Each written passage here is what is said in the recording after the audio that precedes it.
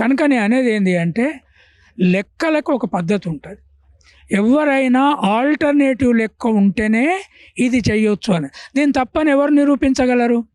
ఎవరైతే కాదంటున్నారో వాళ్ళు అసెంబ్లీలలో కాదన్నారా, బయట కాదన్నారా, వాళ్ళకు ఒకటే ఒక మార్గం ఉంది. ఢిల్లీలో నరేంద్ర మోడీ ప్రభుత్వంతో ఇప్పుడు వాళ్ళు జనాభా లెక్కలు మొదలు పెడుతున్నారు.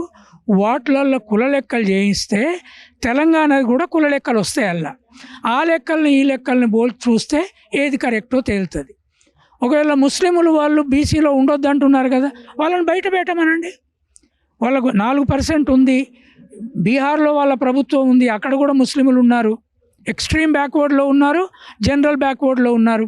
వాళ్ళను మొత్తం ముస్లింలు బీసీలో ఉండకుండా వీల్లేదని కొత్తగా తీసే లెక్కలలో బయట పెట్టి చూపెట్టమనండి. అది చూపెట్టినాక ఎవరు మాట్లాడినా నమ్ముతా నేను.